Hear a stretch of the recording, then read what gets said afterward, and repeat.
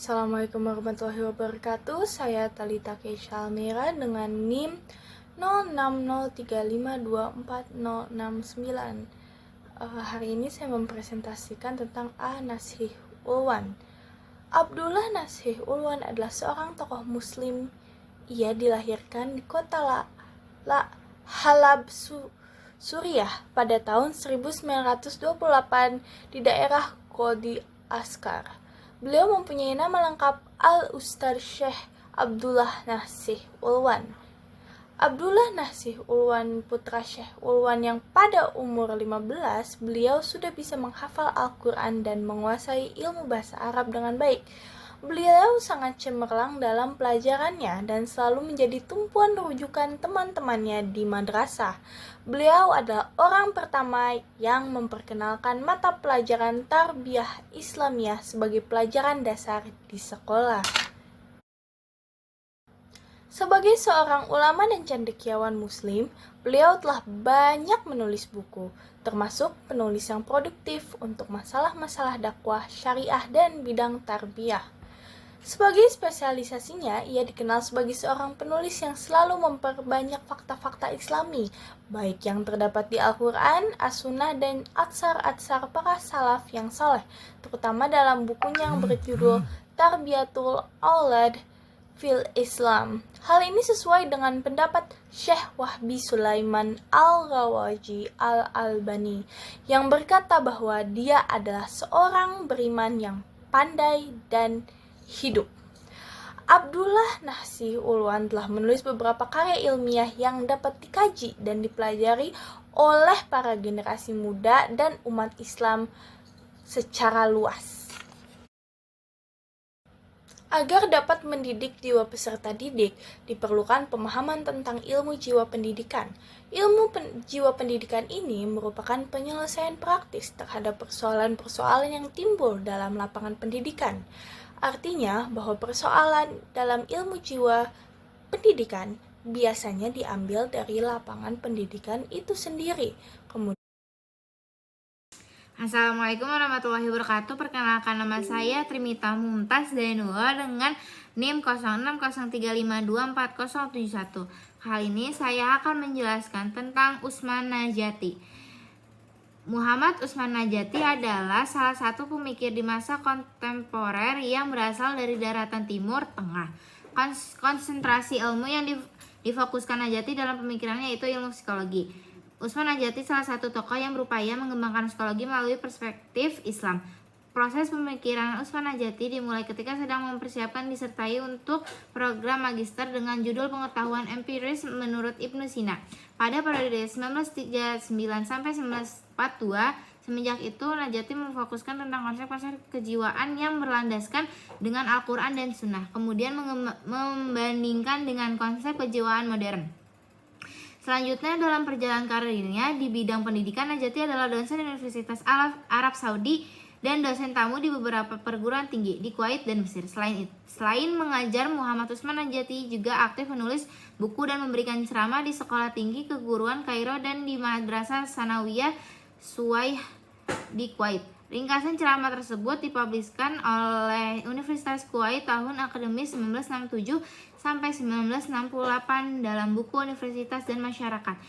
Najati juga mengajar mata kuliah kejiwaan menurut pandangan para pemikir muslim bagi para mahasiswa tingkat strata pada jurusan psikologi Fakultas Ilmu Sosial Universitas Muhammad Ibn Saud Al-Islamiyah di kota Riyadh, Arab Saudi selama 1984 sampai 1987. Karya-karya Utsman Najati. Sebagai seorang ilmuwan, banyak hasil tulisan yang telah dipublikasikan menjadi sebuah karya tulis literatur khasanah keilmuan Islam. Utsman Najati merupakan salah satu pemikir yang cukup produktif dalam menghasilkan karya-karya di bidang psikologi dan perspektif Islam. Karya Muhammad Utsman Najati yang diterbitkan oleh penerbit Dar Arsy Syuruk Beirut sebagai berikut. Al-Quran wa Ilmu An-Nafs 1987, Al-Hadis An-Nabi wa Ilmun An-Nafs 1988, Al-idrak al-hisyi inda Ibnu Sina bahsun fi ilmun nafs inda Arab 1980. Ad-dirasat an-nafsaniyah indal al-ulama al-muslimin 1993. Ma'alim at-tahlil an-nafsi terjemahan dari Sigmund Freud 1988. Salas Rasail fi Nazarit al-Jins terjemahan dari Sigmund Freud 1988, dan yang terakhir Ilmu an-Nafs al-Klinik terjemahan dari Juliana Rutter al-Bahasa oleh Assalamualaikum warahmatullahi wabarakatuh. Perkenalkan, nama saya Siti Zahra. Di sini saya ingin membahas psikologi Islam yang dimana membahas mengenai Zakiyah Darajat. Profesor Dr. Handers Haji Zakiyah Darajat lahir pada 6 November 1929 dan meninggal pada 15 Januari 2013. Adalah pakar psikologi Islam Indonesia. Berkarir di Departemen Agama Indonesia selama 30 tahun sejak 1964. Ia menghabiskan sisa umurnya sebagai pendidik dan guru besar ilmu psikologi di Universitas Negeri Islam Syarif Hidayatullah, Jakarta. Setelah menyelesaikan pendidikan doktor di Mesir pada 1964, Zakiyah membagi waktu bekerja dan membuka praktik konsultasi psikologi. Ia pernah dipercaya sebagai Direktur Pendidikan Agama, Direktur Pembinaan Perguruan Tinggi Agama Islam di Kementerian Agama, dan bertanggung jawab atas kebijakan dan eksistensi lembaga-lembaga pendidikan Islam. Ada pemikiran Zakiyah Darajat. Pemikiran Zakiyah Darajat di bidang pendidikan agama banyak mempengaruhi wajah sistem pendidikan di Indonesia.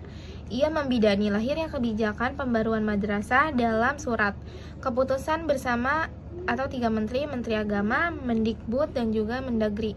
Pada tahun 1975, melalui surat keputusan tersebut, Zakiyah menginginkan peningkatan penghargaan terhadap status madrasah, salah satunya dengan memberikan pengetahuan umum 70% dan pengetahuan agama 30%. Aturan yang dipakai hingga kini di sekolah-sekolah agama Indonesia ini memungkinkan lulusan madrasah berbagai jenjang diterima di sekolah maupun perguruan tinggi umum.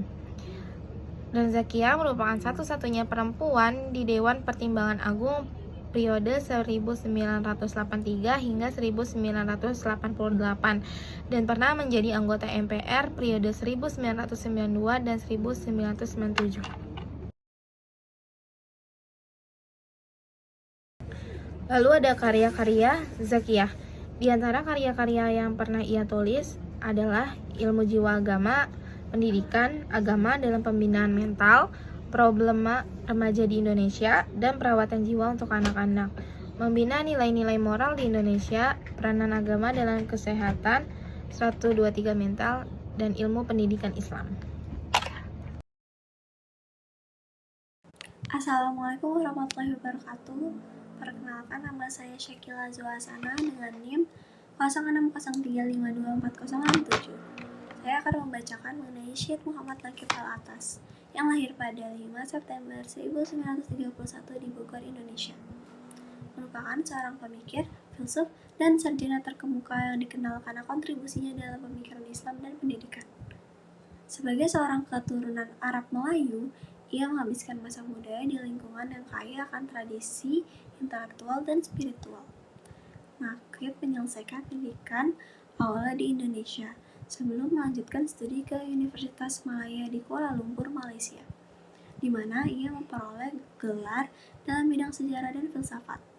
Ia kemudian melanjutkan studinya ke Universitas Chicago yang memberinya perspektif lebih luas tentang ilmu pengetahuan dan budaya.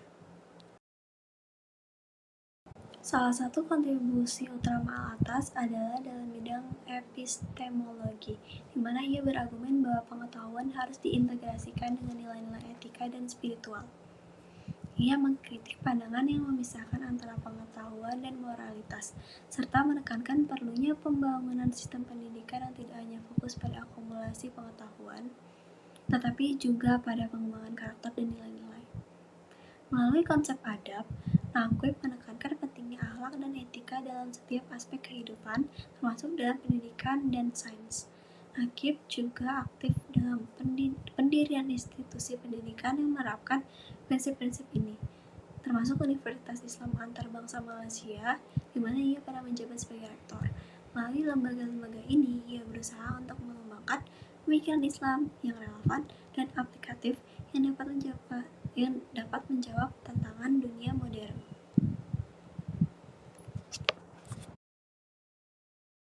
Karya-karya dan pengajaran Al-Atas berkontribusi besar dalam membentuk pemikiran generasi baru pemikir Muslim yang memahami pentingnya integrasi antara ilmu, moralitas, dan spiritualitas. Hingga saat ini, Syekh Muhammad Naqib Al-Atas terus aktif menulis dan memberikan ceramah di berbagai forum internasional, menyebarkan pemikirannya tentang pentingnya kembali kepada akar ajaran Islam dalam menghadapi tantangan zaman modern. Dengan pendekatan intelektual dan spiritual yang mendalam, ia tetap menjadi salah satu tokoh sentral dalam diskusi tentang pemikiran Islam kontemporer dan peranannya dalam peradaban global. Karya-karyanya yang pertama ada Islam and Secularism yang mengkritik pandangan sekularisme dan menekankan pentingnya nilai-nilai Islam. Al-Atas berargumen bahwa sekularisme tidak dapat memenuhi kebutuhan spiritual dan moral umat manusia. Yang kedua ada The Concept of Education in Islam. Karya ini menjelaskan filosofi pendidikan dalam Islam yang menekankan pentingnya pendidikan holistik yang mengintegrasikan pengetahuan, akhlak, dan spiritualitas. Al-Atas berupaya untuk membangun sistem pendidikan yang relevan dengan konteks sosial dan budaya. Yang ketiga ada The Meaning of Life and Islamic Perspective. Dalam buku ini, Al-Atas mengeksplorasi makna hidup dari perspektif ajaran Islam, yang membahas tujuan dan nilai-nilai yang seharusnya menjadi pedoman dalam kehidupan. Ia menekankan pentingnya mencari makna dalam setiap aspek kehidupan. Yang keempat ada The Islamic Philosophy of Science. Karya ini membahas hubungan antara ilmu pengetahuan dan prinsip-prinsip Islam.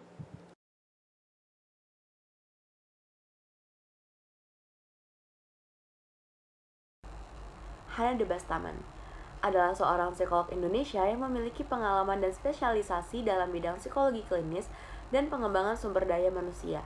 Selain menjadi seorang praktisi psikologi, ia juga dikenal sebagai pembicara, trainer, dan konsultan yang sering memberikan pelatihan serta pendidikan terkait kesehatan mental dan pengembangan pribadi. Meskipun profil rinci tentang kehidupan pribadinya mungkin tidak banyak dipublikasikan, Hana dikenal luas di kalangan para profesional psikologi dan masyarakat yang ingin memperbaiki kesejahteraan mental mereka. Assalamualaikum warahmatullahi wabarakatuh. Perkenalkan, nama saya Tania Nur Aziza. Saya akan menjelaskan tentang Malik bin Badri. Malik bin Badri adalah seorang ilmuwan dan cendekiawan Muslim asal Sundan yang sangat dikenal dalam bidang psikologi Islam. Beliau lahir pada tahun 1932 dan dikenal sebagai salah satu pionir dan dalam mengembangkan pemikiran psikologi Islam yang mengintegrasikan prinsip-prinsip Islam dengan teori-teori psikologi Barat.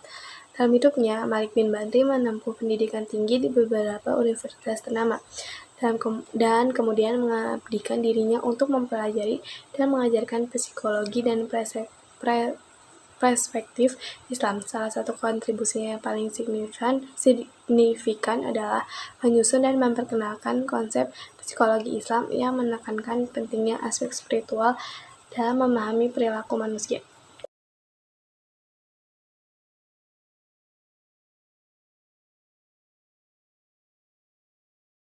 Badri berusaha untuk menyelaraskan ilmu psikologi dengan ajaran-ajaran Islam dengan fokus pada konsep fitrah, naluri dasar manusia, keseimbangan antara jiwa dan tubuh, serta bagaimana keyakinan agama dapat mempengaruhi kondisi mental dan emosional seseorang.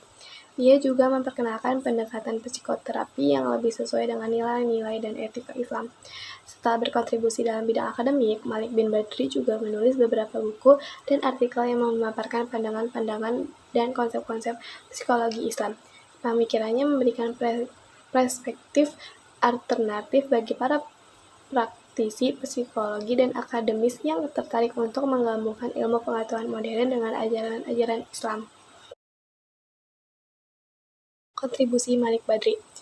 Kontribusi Malik bin Badri dalam bidang psikologi Islam sangat penting dan meliputi beberapa aspek utama.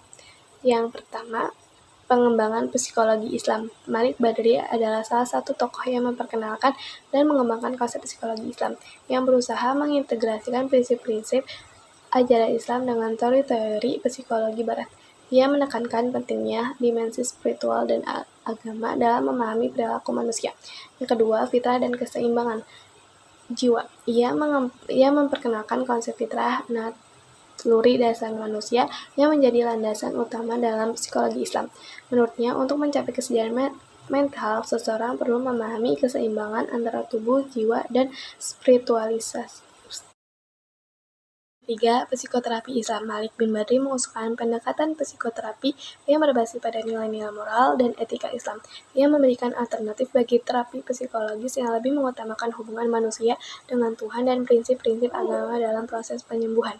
Yang keempat, publikasi akademik. Ia menulis berbagai buku dan artikel ilmiah yang memperkenalkan dan menyebarluaskan pemikiran psikologi Islam, memberikan wawasan baru bagi para praktisi dan akademisi di dunia psikologi. Kontribusinya membantu membentuk fondasi bagi psikologi Islam sebagai bidang ilmu yang berdiri sendiri dan relevan di dunia modern. Sekian dari saya, terima kasih. Wassalamualaikum warahmatullahi wabarakatuh.